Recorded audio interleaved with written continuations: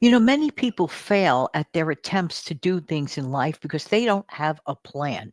The difference between success and failure in life is usually the fact of the matter of one having a plan versus one that does not have a plan. Does it always work out? No, but you are increasing your probability rate, in my honest opinion, that if you have a plan, a strategy towards your end goal, usually it's successful. Good morning, good afternoon, good evening. This is Jan. Welcome to another episode on this channel, the Save Money More Jan channel. How are you doing today? People with low incomes can actually save money if there is a strategy. I don't know about you, but I like things simplistic. I like simple. Remember a couple of years back, one of my favorite words? In fact, I used it as a word of the year a few years back, simplicity. Yeah, yeah, yeah. I like to incorporate that in everything I do as much as possible. All right, I want to tell you a story, a cute little story about when my mom was a little girl. Back in the really old days, they had a thing, a human being called a milkman. Now, you're probably saying to yourself, what on planet Earth does a milkman have to do with low income saving strategy? Well, it'll give you a bit of a visual. Okay. I remember my mother telling me that when the milkman used to place that glass bottle outside of their unit door, their house door, that on the top, the cream of the milk would rise to the top. It was, things were packed in glass bottles. Okay. And my mother said that my aunt and they would they would scrape off the top of the cream and leave the remainder of the milk in the bottle and didn't tell my grandmother about that. They were little kids and they just love the flavor of the cream better than just the regular milk part. Can you imagine how good that must have tasted back in the day? I can only imagine. All right. So they used to skim off the top of the cream. Let's think about this for a second. We're talking about money now. How can we take away or skim off the top of our own incomes and turn it to our advantage? Now, of course, probably my grandmother probably knew. She probably put a wink of an eye on it and let it go at that. I don't think they really ever got in trouble for it. They didn't do it all the time. It's just one of those things. But my mother said that she, recollected that story. It always puts a smile on my face. But we can apply the idea of taking something from the top of our own incomes and doing something that puts a smile on our face. And that's called saving. Okay. All right. Now, we have heard forever and a day, I say it, other people say it, and because it's a good idea, that we need to live below our means. That is step number one. If you want to stay with your head above the water and not get into financial problems, I'm telling you the idea of living within your means, not reaching out for stuff you don't have that at the moment you cannot pay for, or you want to just, finance it with high interest credit cards. No, no, no, no, no. In my honest, I don't believe that's a good plan. In fact, that's a bad plan. It usually does not end up very, very nicely. I mean, people start getting into debt. We don't like that. So, by continuing to live below our means, think of that glass bottle with the milk and the cream on the top. Let's pretend that the cream is all the extra money that we have at the end of the month.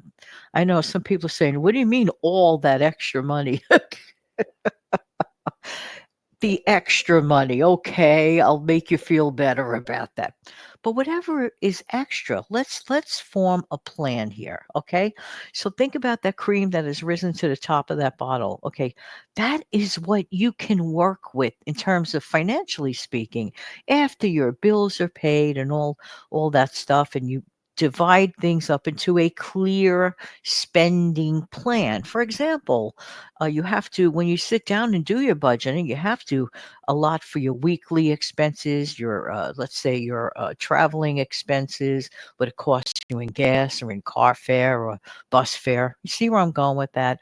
What you allow, what you designate to go towards your groceries, your food groceries, and of course the non food items. And then you could create other categories for miscellaneous items or whatever name it and claim it category that in your life is your reality. Uh, Also allocating a category for entertainment. We could talk about that greater and in depth in future shows, and we will. But right now, I want to talk about method. Keep your mind on that glass bottle that my mom and my aunt couldn't wait to see when the milkman left it early in the morning, and they opened up the door to bring the bottles in, but somehow magically they skimmed off the top. The best part of it was the cream, according to my mom. And I would imagine that that's true. So let's say you get your source of income, your paycheck or whatever, or your monthly or your weekly, whatever way method you get paid. Okay. Divide everything up in the necessary places. Make sure all your vital stuff is taken care of. Your, as they say, your four walls. All right. Now, here's the simple method. Okay. Are you still with me? If you are, that's great. Take whatever is left. I don't care if there's only $80 left after everything is paid. Remember now, we're talking about a low income situation, not talking about people that have, a couple, 3,000 left at the end of the month. Okay. Talking about low income situations. Okay. So let's suppose the person has 80 or 100, whatever the number is that you have left. Okay, so remember now, we're still continuing to live below our means, below the cream line, if you will, on that bottle. So here is what I believe in my honest thought, in my honest opinion. Okay, so you take that number, or you take that amount. Let's just work with the number $200. Okay, just for easy, simplistic thinking. Okay, so let's say that you have $200 left. Split that in half. Okay, so 200 divided by 2 equals 100. What I would consider as a great choice would be to put $100, half of it, in other words, put half of that into a savings account. Now, a savings account is not meant to be touched. Wait, wait, wait. Did you just say that, Jen? Yeah, correct. A savings account, that's why it is a savings account, it is not meant to be touched unless there are dire situations, okay? Dire situations. Just kind of like let it keep going like a ever watch a soap opera? Every single day there's a new problem, there's always a problem, right? You put it on Monday, there's a problem, put it on Tuesday, there's another problem, put it on Wednesday, there's another problem. Every day of the week, problem, problem, problem. Okay. So take that monthly, whatever's left, half of it, and put it into a savings account over and over and over every single month. Don't even think about it. Just forget about it. What? Yes, just forget about it. Yes. And of course, if you could get it into a higher interest account, that's always good. All right. So every month, just let it roll on by. Now, the other half, okay, you may consider to put that into another account, another name it and claim it account. Some people want to have a designated specific account for, let's say, towards vacation or towards emergency savings, things that would be more of a fluid account, if you will, or perhaps create a sinking fund. Okay, you could use that for that, whatever it is. But take whatever you have from the cream of your salary, cut it in half. Put one into, as I would call, a forever savings, just that it's there. And it keeps getting bigger and bigger and bigger. And then we could always talk in the future what else we could consider to do with that. But it's all about method today. See, that's the problem. I think many people want to do things, but they feel a little confused. And they're like, well, or they didn't, let's say, growing up, hear this in school, or maybe, people weren't around when they were growing up to talk about this kind of thing. That's why I am very adamant about financial education really should be emphasized in school. I'm sorry, some places maybe do that, but I bet there are a lot of places that do not. And age appropriately, for the kids who, are little and then as you get older and all that stuff. I don't know why that's not important. I really don't know why. Some people think that that's too important, but I do. I think it is very important. Okay. But let's get back to so even if a person is on a low income, that strategy works. But the most important thing of all, it is true. You can't live beyond your means. Saying, well, I could buy this, I have a credit card. Do you realize you're borrowing money, probably aggravation from your future? Money that hasn't even been earned yet or brought in yet? Nah, I don't know.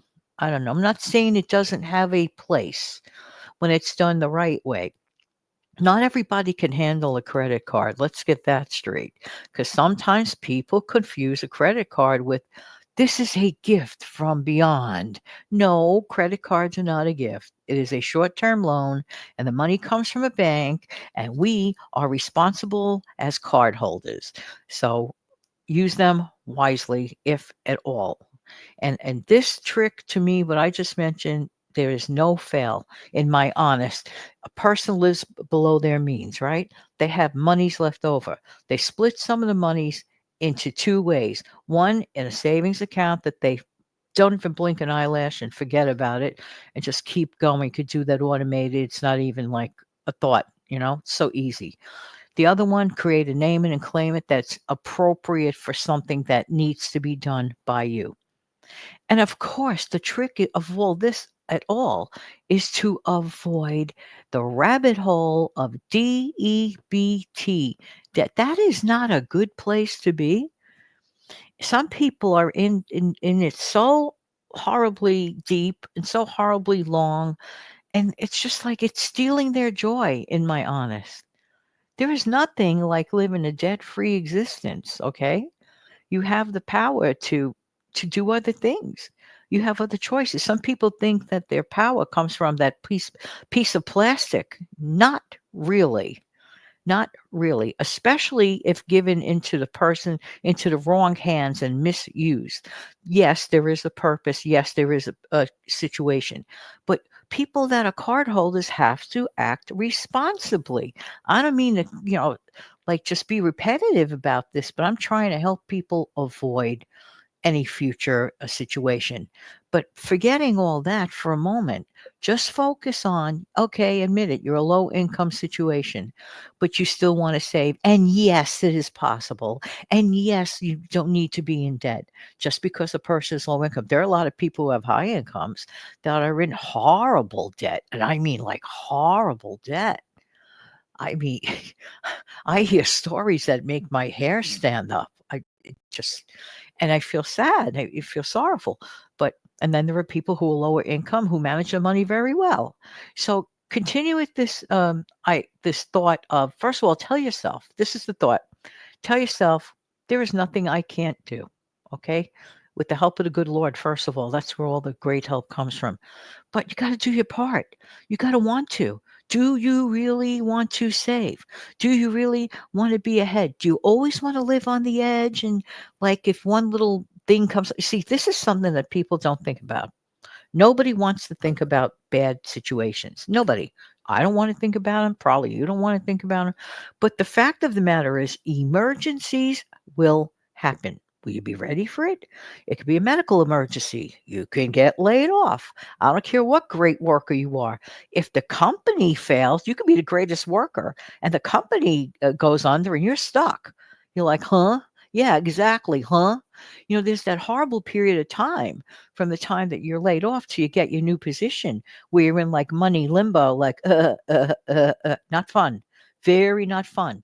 And one does not want to be caught in that. So while things are at an even pace, a calmer situation, an even keel, it also reminds me, okay, this is what's great about me not doing the two shows a day. I could talk a little longer on the one show a day, and that's what I'm doing now.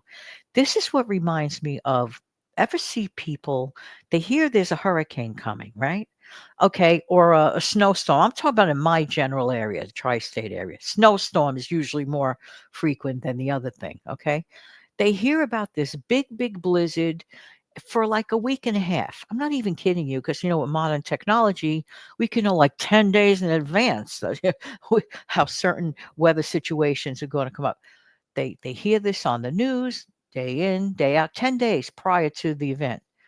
What do? Wait till one day before the blizzard.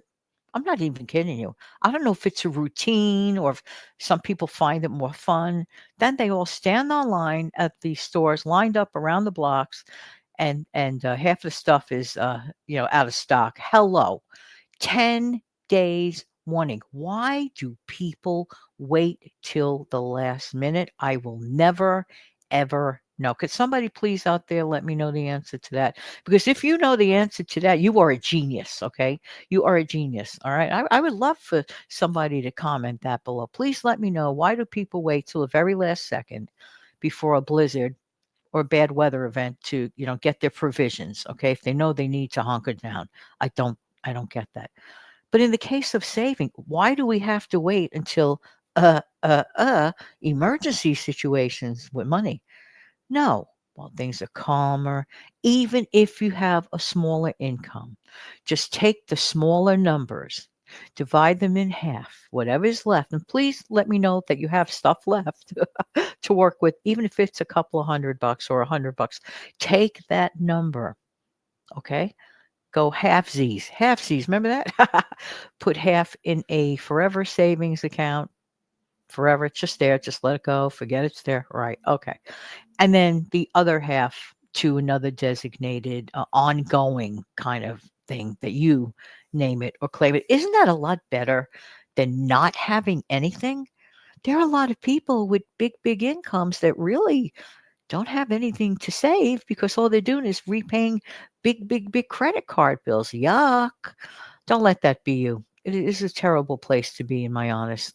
That's the way I feel. Hopefully, most people listening to this will agree with that. There you go. All right. The best person you're helping is yourself. So keep my mom and my aunt in mind when they were little kids with the milkman and that glass bottle, and they couldn't wait to try the cream on the top of the bottle. Make it your business to try the cream of the crop of your income and do something worthwhile. Make a plan, have a strategy. I know everyone can do it. I'm tired of hearing that people here, right here, don't save. I don't get it. I don't know why.